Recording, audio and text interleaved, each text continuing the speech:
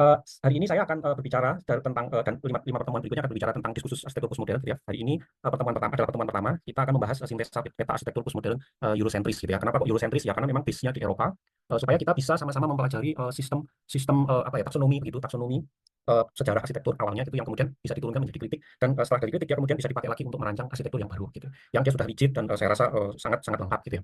Nah, untuk ini adalah garis besar dari materi gitu ya. Jadi materi dari serialnya gitu ya, Story of Style. Jadi kita pertemuan pertama ini sifatnya theoretical framework yang akan menjelaskan apa yang akan kita lakukan dalam 5 pertemuan berikutnya. Baru kemudian pertemuan 2, 3, 4, 5 ini adalah case studies dan yang keenam itu adalah theoretical feedback-nya gitu ya. Jadi apa yang setelah kita lakukan itu apa yang bisa kita ramu gitu.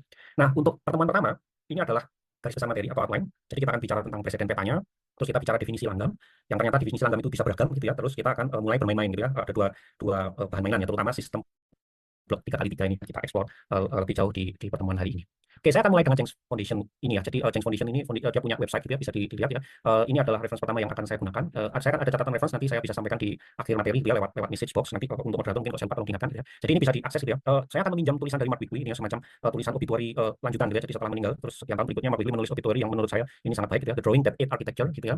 Dan ini adalah saya meminjam hanya datanya saja gitu ya. Jadi analisisnya akan sedikit berbeda gitu. Oke, kita mulai saja. Oke, nah kita mulai dengan ini ya. Jadi evolutionary tree itu ini gitu ya. Ini diagram yang paling dikenal dalam format block diagram. Jadi evolutionary tree itu jumlahnya terbanyak sebenarnya. Nah, itu yang jarang kita ketahui. Nah, yang paling terkenal adalah yang diambil dari edisi revisi yang terakhir ya. Tentunya itu yang paling terkenal kita ya. Ini terbitan tahun 2011. Nah, tapi kalau kita balik gitu ya, sebenarnya format populer pertama itu ditulis tahun 1970 gitu ya, cukup lama sekali ya. Jadi sekali lagi ini yang paling baru. Ini adalah bukan yang pertama tapi format populer pertama gitu ya. Jadi basicnya di sini ada akar gitu ya. Jadi dia namanya evolutionary tree pohon, tapi dia bukan dari bawah ke atas cara bacanya, tapi dari kiri ke kanan. Jadi dia ada akarnya di sebelah kiri yang kemudian dia berkembang sesuai dengan waktu. Jadi misalnya kita lihat di sini 1920 awalnya ujungnya 2000.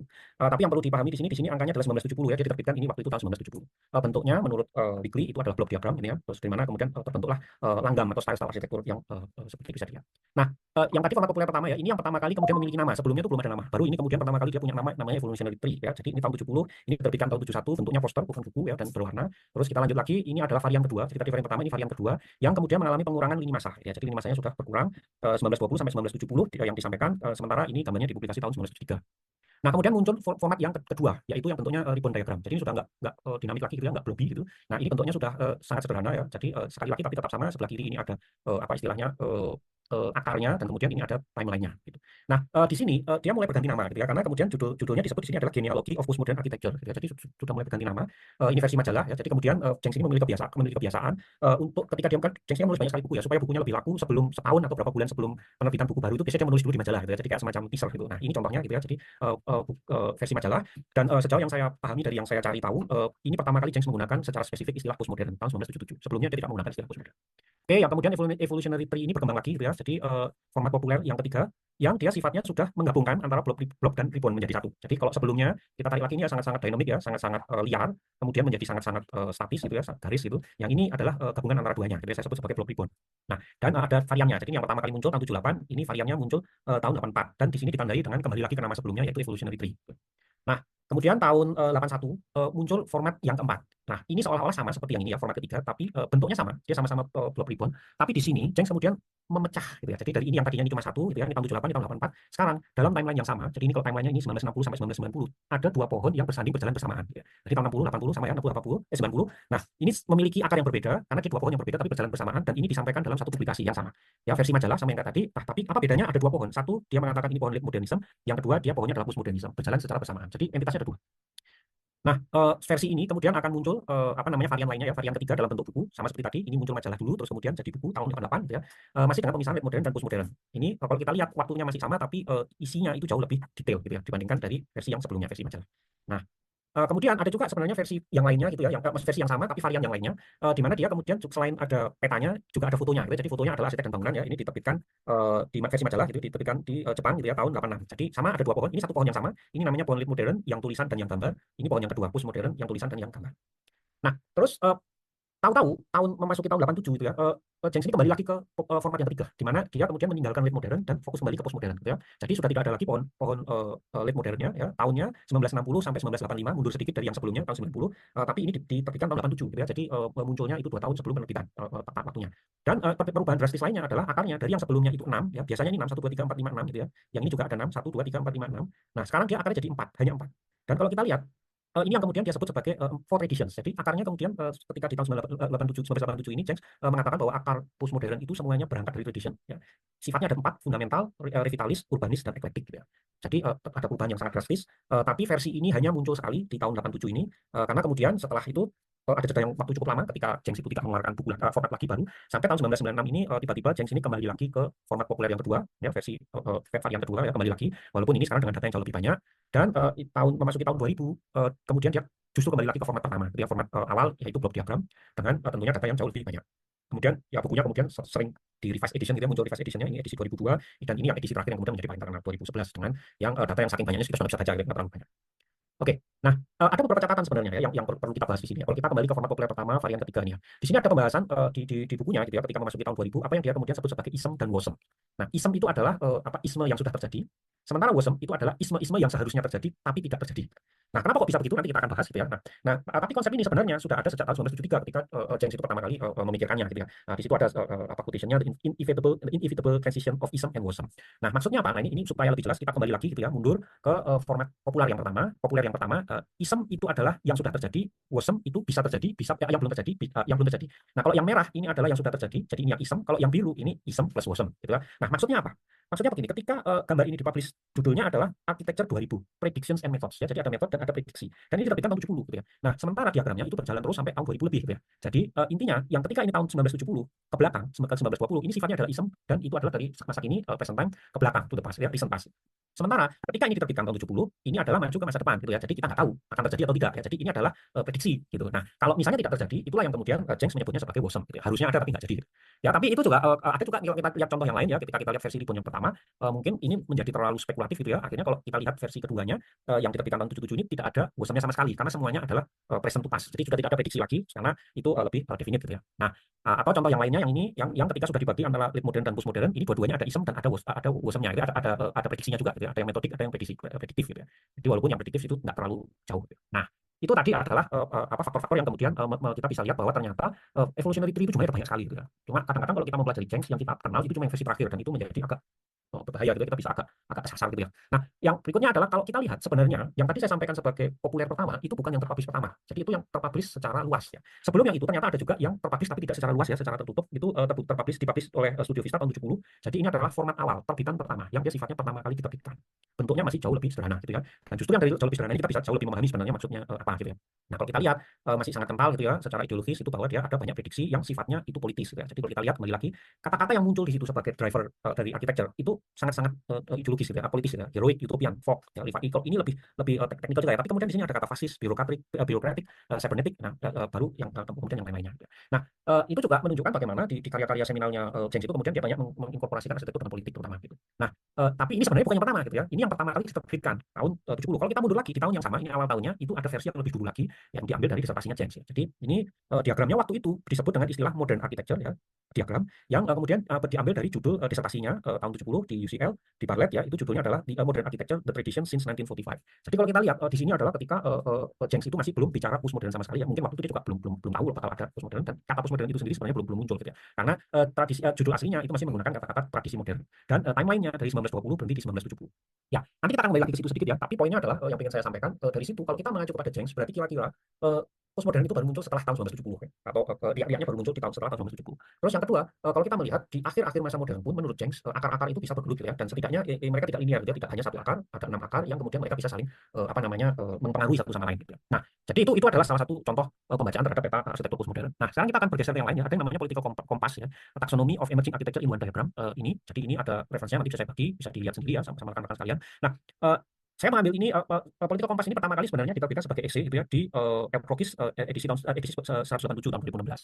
Nah, kalau kita baca saja ya gitu ya, observing the architectural landscape today, it's clear that the type of work which is currently ascendant, particularly among young practice, is very different gitu ya. Nah, jadi fokus dari peta yang dibikin oleh Polo itu adalah hanya kepada Zaira Polo ini hanya melihat kepada emerging architects gitu ya, arsitek muda dunia yang bergerak di saat itu tahun 2016-an gitu ya. Esainya berjudul Well into 21st Century gitu ya dan ini berbeda dengan yang tadi karena kalau yang tadi itu kan sifatnya ke dalam gitu ya jadi ditulis berdasarkan karangan subjektif dari Jenks. Kalau yang ini sifatnya adalah survei gitu ya walaupun Zaira Polo itu memberikan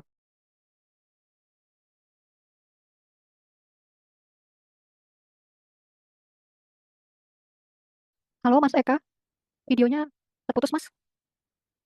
Mas Eka,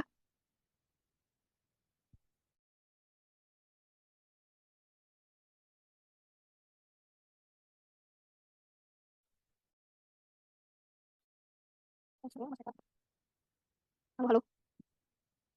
Mas Eka boleh di-unmute dulu, Oh, Mas? Ah, sorry, ya. saya tadi sepertinya sempat kelempar ya. Iya, nggak apa-apa, Mas.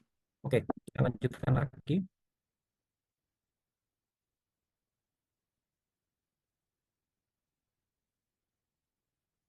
Sudah kelihatan ya, Lani?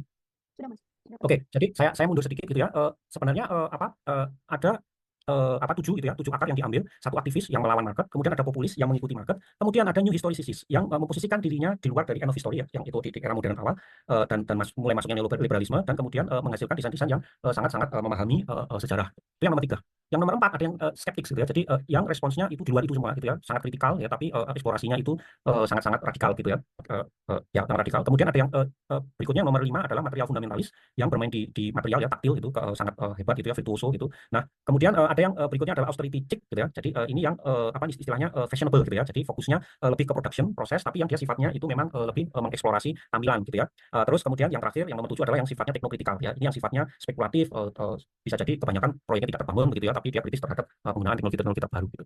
Nah, kemudian kemudian politika kompas ini kemudian dibuat gitu ya berdasarkan wawancara gitu ya. Kemudian walaupun juga ada akan muncul beberapa tambahan gitu ya yang menjadi berasal dari masukan dari mereka yang diinterview gitu. Nah, secara total yang dipilih ada 181 praktek arsitektur emerging gitu ya, yang kemudian masing-masing dikirimi semacam kuesioner gitu ya, dan ada pilihan yang mereka bikin dan ditanyakan apakah mereka setuju dengan pilihan itu gitu ya, pilihan yang diberikan oleh Zainul dan partnernya gitu.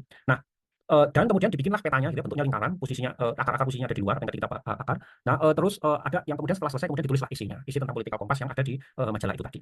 Adeli itu menjadi yang pertama kali mewawancarai dari hasil riset itu, jadi bisa dilihat nanti di reference-nya gitu ya. Nah, yang paling penting ini ya, jadi dari 181 itu yang 101 itu langsung mengikuti self assessment, 50% itu oke ya, comfortable gitu dengan apa yang diajukan oleh kurator, 15% exactly gitu ya, jadi hampir sama dari hasil surveinya itu dengan penempatannya, 20% mendekati, 20%-nya lagi dia ingin ditaruh di tempat yang berbeda ya, dari kelompok 7 itu tadi, 10% justru ada di kebalikannya gitu ya, karena dia memelingkar gitu ya. Nah, 5% mengatakan bahwa mereka sebenarnya nggak cocok di mana-mana. Dan sebagian besar di antara 5% itu kemudian mengusulkan ada kelompok baru yaitu utopian dan pragmatik ya. Jadi kalau kita bisa lihat utopian dan pragmatik itu kebalikan ya. 5% minta overlap gitu ya, yang tidak ada di situ, yang kemudian ada beberapa yang lainnya gitu ya. Ada yang minta perpindahan gitu ya, ada yang uh, memiliki political stance yang berbeda gitu ya. Ada yang kemudian mungkin kita lewati ini ya, ada yang 5% mengatakan menarik gitu ya, tertarik tapi tidak mengirimkan hasil survei, dan 5% yang terakhir itu berterima kasih tapi memilih untuk tidak berpartisipasi gitu ya. Oke, nah ini adalah hasilnya gitu ya, ini adalah petanya, hanya satu gambar gitu ya, dan satu kali ini versi pertama, kan nanti akan ada versi yang kedua, tapi versi yang kedua itu sebenarnya nggak berbeda, tapi dia sifatnya karena digital gitu ya, jadi kita bisa skim through, kita bisa melihat hasil surveinya. Nah, yang tadi kita bilang itu tadi link diagram itu akhirnya terkumpulnya menjadi 11 gitu ya, jadi ada penambahan 4 gitu. Ada penambahan 4. Jadi yang tadi di Jengs itu kita pahami sebagai akar pemikiran karya arsitektur gitu ya. Nah, ini ada 11, dia ada di paling luar gitu ya. Jadi dan semakin lama dia semakin jauh, itu semakin menjauhi akar. Pusatnya di tengah, di sini ada Junya Ishigami, itu yang kalau berdasarkan cat ini berarti Junya Ishigami ini bebas akar gitu ya. Jadi dia paling jauh dari akar-akar ini semua. Jadi bentuknya 11 ini yang ada 11 sifat politik ya di sekitar ini. Semakin ke tepi, semakin politis, semakin ke tengah, semakin netral. Hanya berlaku bagi arsitek atau biru yang pernah tumbuh atau berkembang. Jadi yang lama dia tidak dimasukkan. Hanya memiliki satu lapisan waktu ketika itu dibuat tahun 2016, jadi tidak ada lini masa. Dan tidak ada lapisan ruang geografis ya, walaupun namanya political kompas dan tanpa geopolitik gitu ya. Jadi namanya political kompas tapi tidak ada geografisnya memang. Nah, sebenarnya ada versi lanjutannya tadi saya bilang ada tautannya, cuma dia sayangnya sudah tidak aktif ya. Waktu dulu saya sering melihat ini dia masih aktif. Oke. Nah, itu tadi adalah apa politika kompas ya. Kalau kita lihat ke politika kompas ini oke, dia mungkin lebih cocok dengan kondisi kita saat ini dibandingkan punyanya pembacaannya Jengs tadi, tapi dia tidak punya kedalaman waktu. Dia lini masa dia tidak ada, tapi dia ada kedalaman akar, karena bisa sampai ada 11 akar.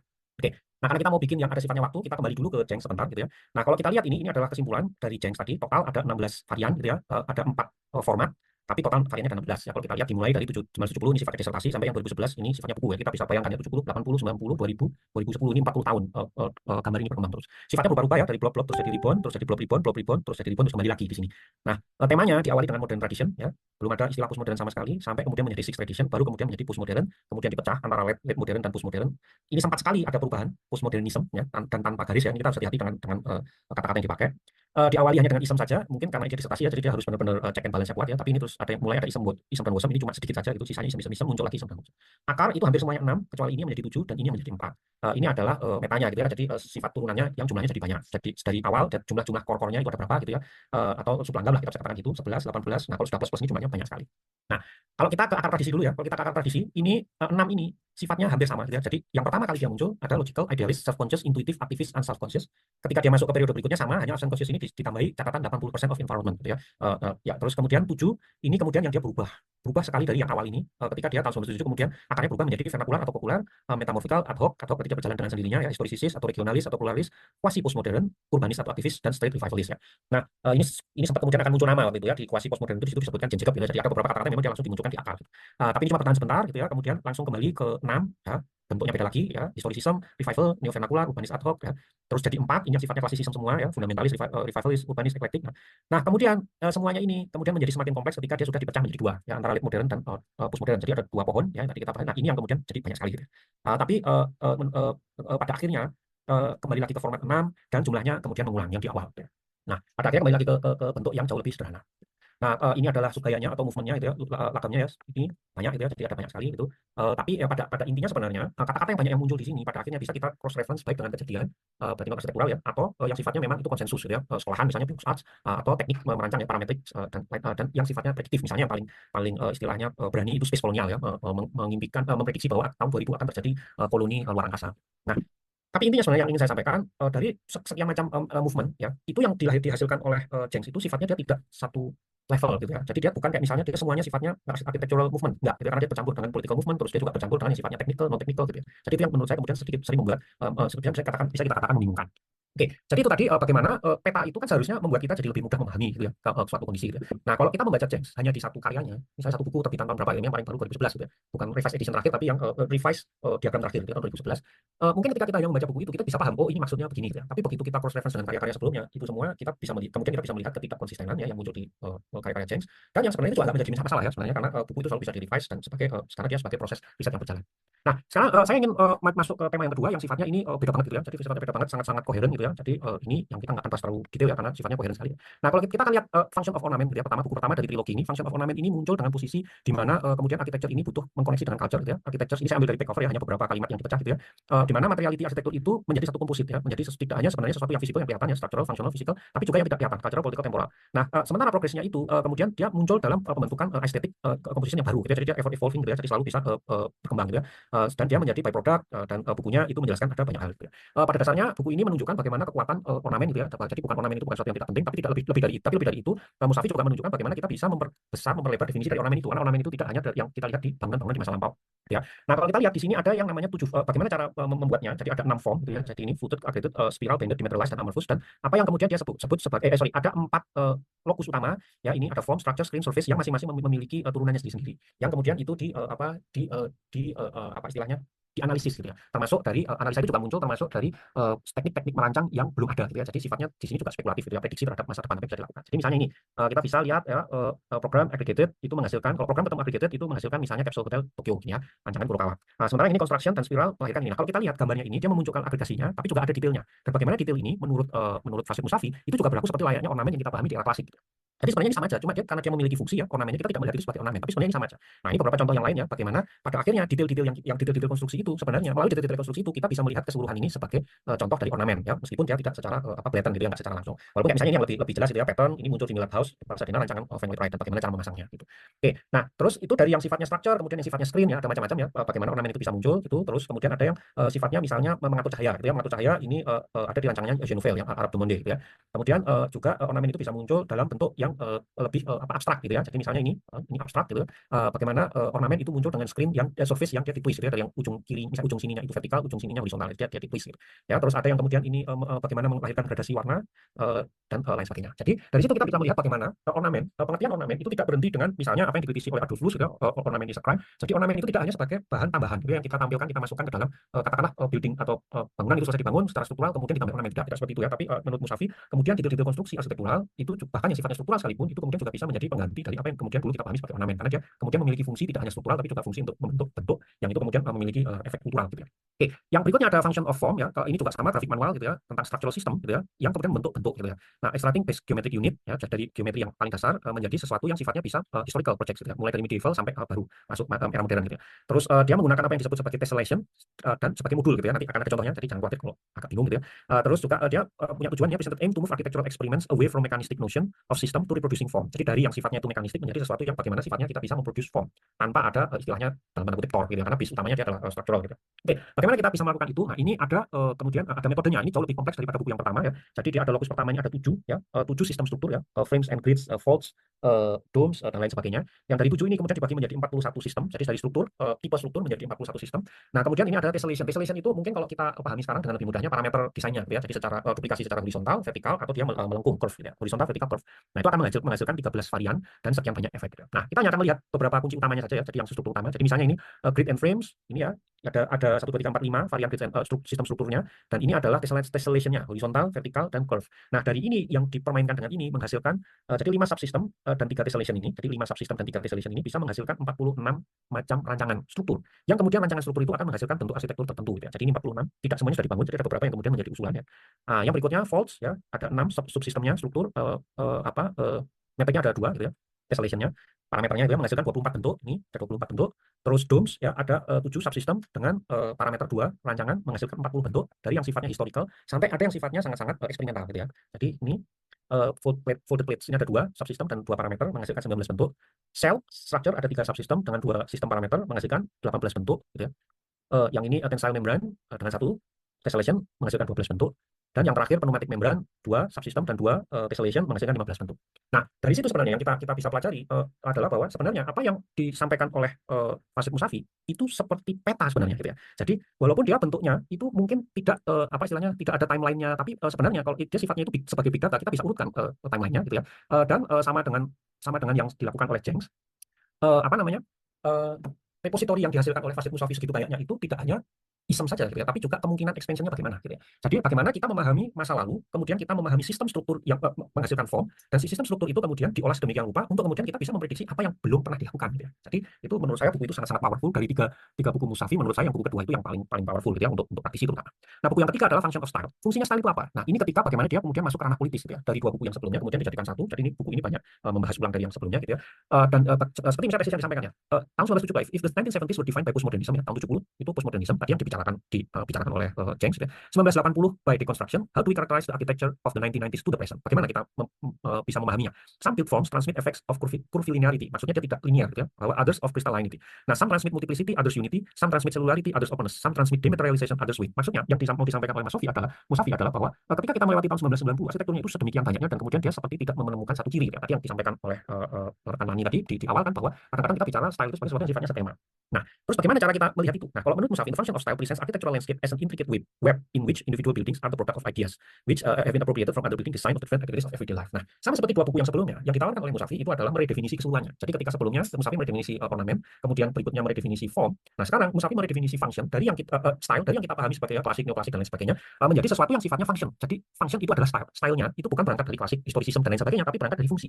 Nah, di sini dia menyampaikan bahwa ini yang kemudian akan berpotensi menghasilkan style. Jadi style itu tidak ada hubungannya dengan historicism, tapi hubungannya dengan fungsi. Style reside, ya, style rumah, style working area, style learning area dan lain sebagainya. Nah, kenapa kok bisa begitu? Karena pada akhirnya apa yang dirancang di era baru ya 1910 kesekian ke sekarang itu dia saling mempengaruhi gitu ya, dengan posisi yang sangat berat sehingga kita sudah tidak bisa lagi melihat bangunan itu secara kasat mata gitu ya. Jadi pasti ada istilahnya banyak sifat-sifat yang dia bermutasi ya, atau bahasanya ya, ATM gitu ya, amati, tiru dan modifikasi gitu ya. Jadi kita butuh cara lain untuk melihat gitu. Nah, misalnya ada 2 contoh yang saya ambil dulu. Pertama ini yang sifatnya paling berani gitu ya, bagaimana dia mempelajarinya dari 4 plates gitu ya, 4 plates struktural dan bagaimana dia akan meng-create apa istilahnya sebuah desain yang dia akan bisa direplikasi di proyek-proyek yang lain gitu ya. Nah, atau yang ini yang sifatnya bangunan terbangun gitu ya, bagaimana kemudian bangunan itu bisa terlihat stylenya karena sebenarnya ada kebutuhan sirkulasi gitu ya, yang kemudian ini diaplikasikan di proyek-proyek yang lainnya, tidak harus oleh arsitek yang sama tapi arsitek yang lain juga.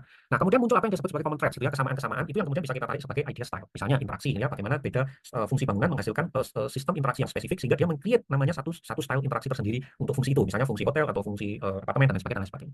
Kemudian occupancy pattern contoh keduanya common threads-nya gitu. Jadi bagaimana kita kemudian ada bahwa tidak seluruh bangunan itu dioccupy gitu ya. Jadi kadang kalau gitu di situ ada ruang-ruang yang bisa digunakan untuk struktural dan lain sebagainya. Itu akan meng-create satu common thread tersendiri dan satu style sendiri. Nah, untuk lebih jauhnya bisa dilihat ya, bisa di YouTube itu ada Fasid Musafi Function of Style ya. Sebenarnya saya termasuk secara pribadi banyak tidak setuju dengan apa yang disampaikan Fasid Musafi, tapi menurut saya ini adalah breakthrough gitu ya, bagaimana kita bisa memahami style dan meredefinisikan menjadi sesuatu yang jauh lebih luas gitu. Nah, untuk kita bisa lanjut ke tahap berikutnya, kita perlu sedikit menyimpulkan gitu ya. Jadi kalau dari tiga ini kesimpulan saya gitu ya.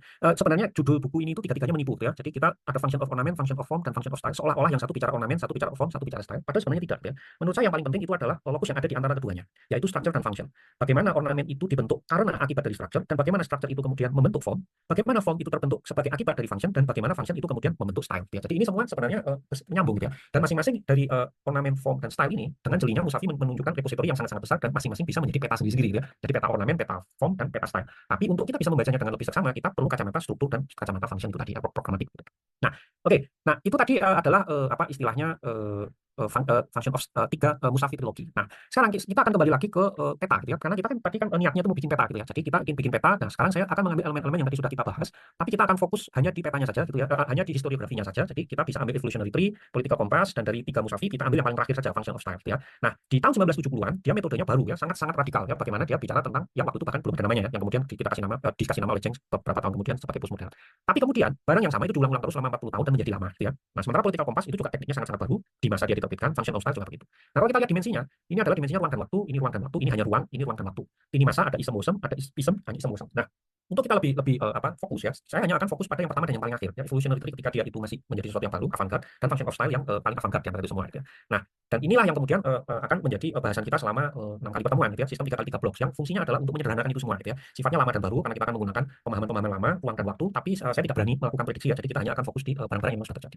Nah, maksudnya gimana? Jadi kalau kita lihat ya, kita melihat evolutionary tree dan function of style itu sebagai dua titik yang paling jauh, gitu ya, sifatnya ideologis, politis, retrospektif, dan prediktif. Kalau yang di sini fungsional, struktural, ya, retrospektif, dan prediktif. Nah, kalau yang kita akan lakukan itu di tengah, sistem blok 3x3 ya, dia ideologis dan politis, fungsional dan struktural, tapi dia hanya retrospektif. Kita tidak akan melakukan prediksi. Nah, saya akan melakukan dengan cepat ya. Jadi ini dasar teori awalnya ini sudah pernah saya sampaikan dan kayaknya di OMA juga sudah beberapa kali. Itulah kenapa kemarin kita ada referensi awal yang kita sampaikan minggu lalu ya. Kalau mau melihat bisa ada linknya itu. Intinya versi yang kami tawarkan adalah postmodern, non postmodern ya. Jadi nggak ada spasinya apalagi garisnya gitu ya. Jadi sifatnya postmodern itu pisah sama sekali nggak ada hubungannya dengan modern. Kita punya klasik, modern, postmodern. Terus masing-masing berkembang sendiri-sendiri. Ada proto, neo, meta. Sehingga masing-masing punya pengembangannya sendiri. Neo klasik, meta klasik, neo modern, meta modern, neo postmodern, meta modern. Nah, dari situ kita akan berkembang ke yang lebih sederhana ya, bagaimana kita menyederhanakan itu menjadi satu ujaran yang sangat sederhana. Ini yang sistem blok 3x3. Maksudnya apa? Kita punya tiga era klasik, modern, postmodern. Tiga-tiganya terpisah, nggak ada hubungannya sama sekali. Dan kita punya tiga masa. Masa ketika dia masih proto, kemudian menjadi neo, dan kemudian menjadi meta. Simpel sekali. Ya. Jadi kita punya 3x3, kita menghasilkan 9 klaster bahasan historiografi yang masing-masing bisa dikatakan independen, tapi juga saling berhubungan. Terutama dia saling berhubungan ketika kita bicara ranah timeline-nya ya, jadi dari atas ke bawah, dari atas ke bawah. Jadi itu sifatnya ada 9, kita nggak akan bahas semua hari ini, gitu ya, kan? Nah, sekarang kita turun melakukan apa yang terjadi, kita mencoba memahami kembali konsensus sejarah murni dulu ketika di Eropa supaya kita bisa memahami itu semua. Jadi kita mulai dari hal yang paling awal. Gitu. Nah, kalau kita bicara sejarah klasik Eropa, maka biasanya konsensus nomor satu akar peradabannya itu dimulai di era Helenistik ya, Yunani kuno, kita memahaminya itu. Tapi sebenarnya spesifiknya adalah kerajaan Macedonia 776 sampai 265 sebelum Masehi. Jadi ini petanya gitu ya, isinya apa yang kemudian dipahami sebagai Hellenistic sphere. Jadi ruang budaya, kita tidak bicara geografi politik gitu ya, apa yang kemudian menghasilkan Yunani kuno. Nah, ini adalah akar peradabannya, ini adalah puncak wilayah koloni Eropa di masa klasik ya. Jadi hanya di masa klasik itu periodenya 753 sebelum Masehi sampai 663 Masehi. Ini kekaisaran Romawi, puncaknya terutama Emperor Trajan Hadrian ya, wilayahnya adalah wilayah Pax Romana. Jadi di dalamnya ada kebudayaan Yunani yang tadi kita sudah bahas dan itu diabsorb menjadi Yunani Romawi, termasuk di dalamnya adalah Mesir kuno. Nah, ini penting untuk kita pahami karena Mesir ini tunduk dan dikuasai oleh Romawi, akhirnya seluruh produk sejarahnya itu diabsorb oleh Romawi gitu. Nah, logikanya begitu. Tapi yang menarik kalau kita melihat referensi-referensi sejarah, not necessarily arsitektur ya, tetapi referensi sejarah, itu dia juga kadang-kadang mengambil apa yang mungkin kita bisa definisikan sebagai Eropa sebagai wilayah terkoloni. Gitu. Jadi melihat mereka sebagai apa yang mengkolonize mereka. Gitu. Misalnya ini ya contohnya gitu ya di era Darius gitu ya. Persian ya, periodenya 550 sampai 330 sebelum Masehi, puncaknya Darius ya, apa yang sebenarnya nama aslinya Achaemenid ini dinasti ya, wilayah kebudayaan Persia kuno, termasuk di dalamnya pusatnya which is itu Babilonia dan wilayah taklukannya seperti Sumeria. Nah, itulah kenapa dalam pelajaran-pelajaran sejarah Eropa itu biasanya mereka memulainya dari Sumeria gitu ya, padahal Sumeria itu sebenarnya kan tidak masuk dalam wilayah geografis Eropa saat ini. Tapi logikanya adalah logika ini terkoloni satu dan kemudian terkoloni dua. Ya, bahkan ketika kekhalifan Utsmaniyah ya, terutama di era Khalifah Sulaiman merepresentasikan penerus dari wilayah kebudayaan Romawi Bizantium karena itu memang mereka langsung mengambil alih ya Konstantinopel itu ya, dan kemudian juga turut merepresentasikan wilayah kebudayaan seluruh dinasti kekhalifahan ya, terutama karena kemudian budayanya sudah bercampur aduk gitu ya, terutama di Iberia atau yang kemudian kita semenanjung Iberia yang kita pahami sekarang sebagai Spanyol dan Portugis gitu ya. Nah, tapi inilah yang kemudian bagaimana kalau kita bisa lihat klaster-klaster pengajaran sejarah itu dimulai dari Yunani, Romawi dan nanti kemudian bisa mundur sampai ke Sumeria dan kemudian bahkan bisa sampai ke Timur Tengah gitu, terutama Persia. Oke, sekarang kita menuju ke arsitekturnya gitu ya, dari itu tadi, dari logika itu tadi. Jadi apa sih sebenarnya yang diajarkan dalam historiografi sejarah arsitektur di Eropa gitu. Nah, tentunya kita mengambil yang paling konsensus ya, yang paling dipahami tadi yang tadi kita sampaikan terkoloni itu kan istilahnya kan keturunannya ya. Jadi kita fokus di yang konsensus utamanya gitu ya. Jadi bagaimana ketika kita bicara arsitektur klasik itu kita tidak bisa melihat itu sebagai satu timeline saja. Jadi tidak sebagai satu era saja, tapi kita perlu melihat masa-masanya gitu ya. Jadi misalnya protohistory, ancient Egyptian ya, yang walaupun itu tidak bagian secara geografis sebagai bagian dari Eropa saat ini, tapi bagian dari Pax Romana saat dulu gitu ya. Jadi ancient Egyptian, classical antiquity atau berikutnya itu adalah ancient Greek, ancient Roman, dan early Christian. Ini sesuatu yang sudah tentunya kita pahami semua. Dan bagaimana kemudian arsitektur klasik itu berkembang lagi gitu ya, memasuki Middle Age atau medieval ya, mulai Byzantine, Romanesque, dan puncaknya ada di kebudayaan Gotik gitu ya. Arsitektur Gotik, sorry. Nah, arsitektur klasik ini kemudian berubah menjadi arsitektur neoklasik karena terjadinya sesuatu yang sangat apa istilahnya spesifik gitu ya dalam sejarah. Apa yang seharusnya namanya Rinascita ya karena itu bahasa Italia dan dimulai di Italia, tapi entah kenapa kemudian dunia lebih memahaminya sebagai gerakan Renaissance Prancis gitu ya. Dan yang menghasilkan humanitas atau humanisme gitu ya. Bagaimana semua itu kemudian tidak disenterkan kepada higher power atau kepada Tuhan, tapi lebih kepada manusia.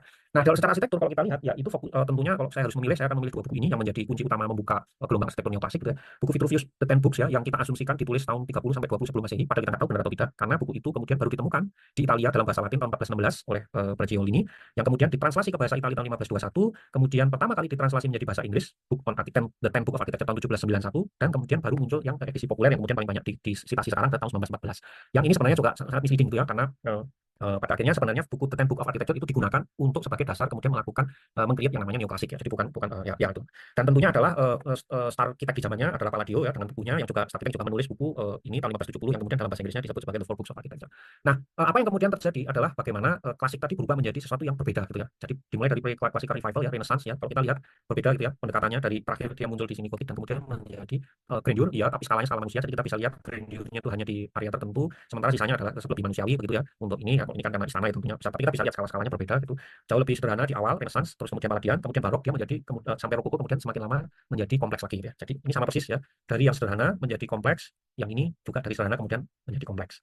Yang ini tahun 500-an sampai ke 1500-an, yang ini tahun 1400-an sampai mendekati 1800. Nah, kemudian ini banyak berubah terutama ketika terjadi kolonialisme ya, kolonial, dan ada pusat-pusat koloni baru yang besar gitu ya, terutama di Amerika Serikat yang sekarang kita pahami sebagai Amerika Serikat, tapi juga ini termasuk di koloni-koloni besar Hindia Belanda, India, Australia gitu ya.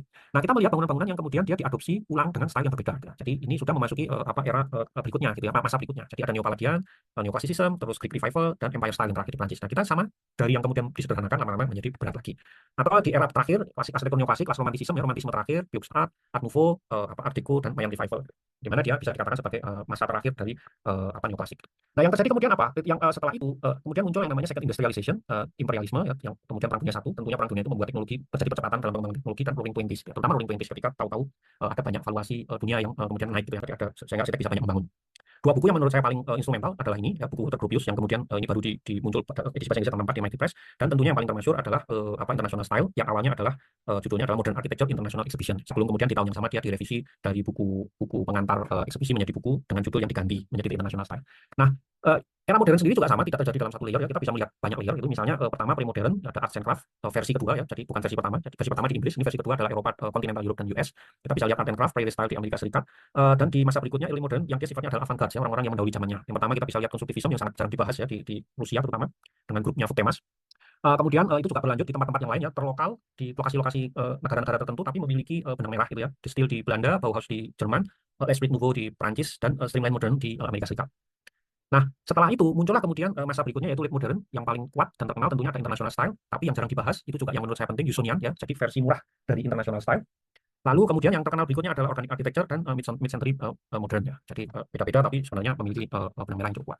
Nah, arsitektur modern ini kemudian berubah menjadi apa yang menurut saya kemudian perlu kita sebut sebagai arsitektur neo-modern yang terjadi di era post-war ya, setelah Perang Dunia Kedua selesai, era Keynesian ekonomi terutama ketika Keynesian ekonomi itu menjadi lagi tinggi-tingginya, era Marshall Plan yang membuat Jepang menjadi sangat kuat secara ekonomi, dan era regionalisme.